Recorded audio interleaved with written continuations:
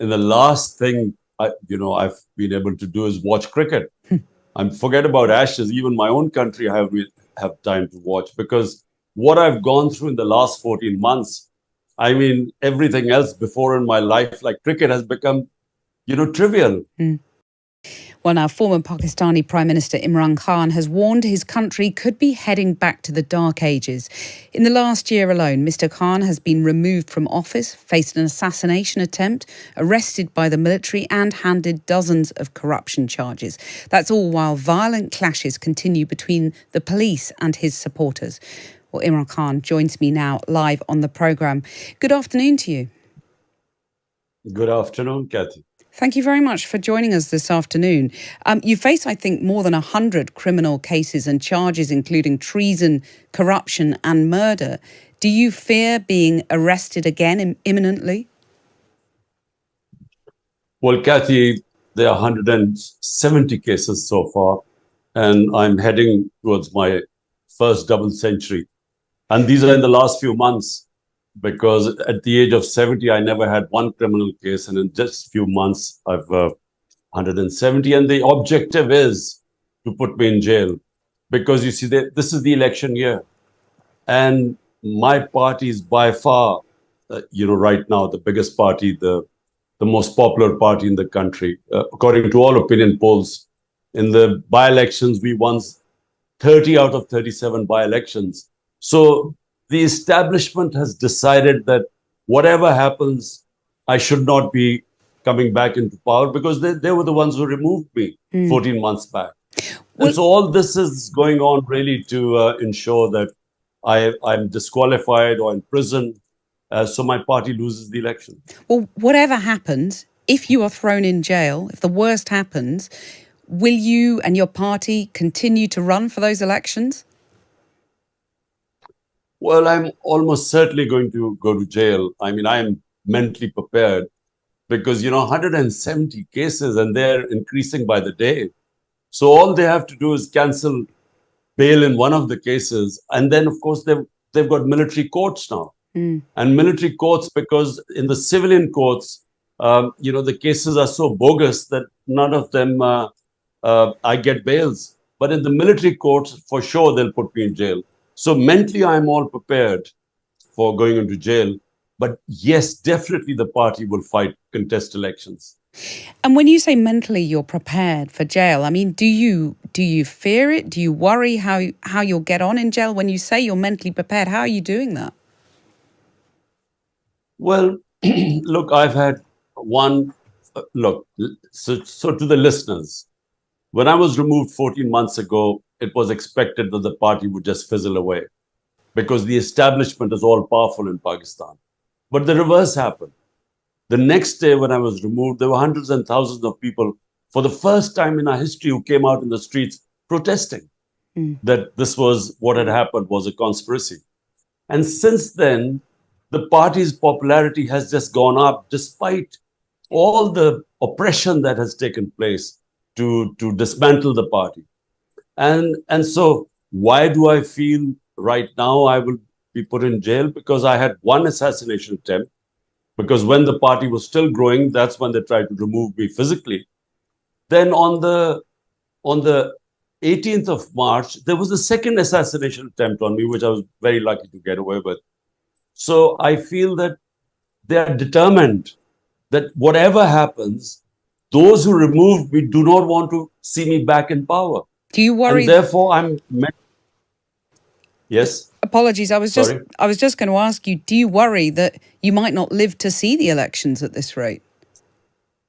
Look, I'm, someone who's quite fatalistic about this thing. I believe that, when your time comes to go and it's in God's hands and, nothing can stop it.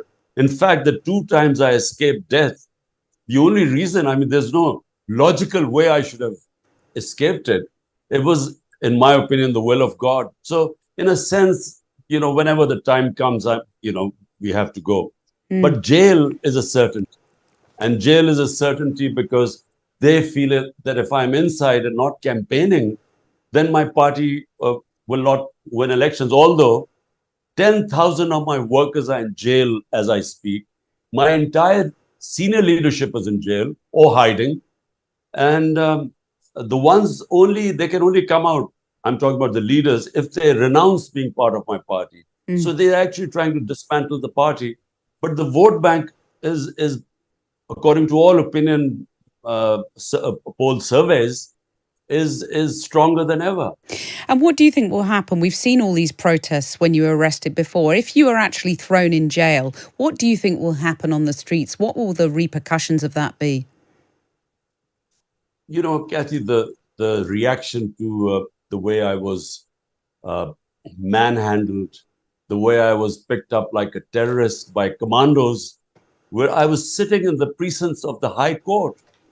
It was totally illegal what they did. And it was the way they beat up everyone and then and treating me like some sort of a criminal. So that's what got the reaction. Because all they had to do was show me a warrant and I would have gone to jail. They didn't need commando action to get a 17-year-old man to pick him up like that. So therefore, that created a reaction. But I think what sort of a reaction, I don't know really, because the oppression right now, we have never seen such oppression in this country. I mean, I've seen 3 martial laws. I was in the opposition under General Musharraf's martial law. I was in jail for 6-7 days. But it was liberal compared to what's going on right now. Wow. I mean, the media is muzzled. One of our best investigative journalists was hounded out of the country, killed. The second best guy has disappeared for 40 days. And then 5 or 6 of our top media guys have left the country. So this sort of oppression is unheard of. My name cannot be mentioned on television. I mean, forget about making speeches or interviews. I cannot be mentioned on television. Well, the cases against you are registered under anti-terrorism law. The government says that your supporters used petrol bombs and that they're therefore justified in using that law. What do you say to that? Look, you know, in France you have demonstrations. In Pakistan, all the demonstrations that took place in my 27 years, every time we have been peaceful. It is a constitutional right to hold peaceful demonstration anywhere. Now, unfortunately, since I have been out of power 14 months ago, the peaceful demonstrations have been attacked by police. We have all the evidence. I mean, given a chance, we will be able to prove in a court of law, which we haven't been allowed to have a chance, that we were all the time peaceful demonstrators were attacked. On 9th of May, 25 of peaceful demonstrations were shot dead. 50 got bullet wounds. And you know, so all I'm saying is, and none of the police was harmed. They were unarmed people. So there's no even investigation in people being shot. If you've got right on your side, as you say, why do you think it is that you haven't had more support from Western governments around the world? I think, you know, well, my 3.5 years as Prime Minister, you know, the Western governments, their interests are much more important than moral issues.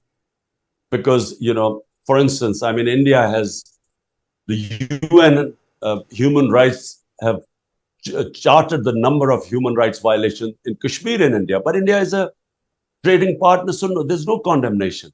Similarly, right now, I think our government is supporting Ukraine.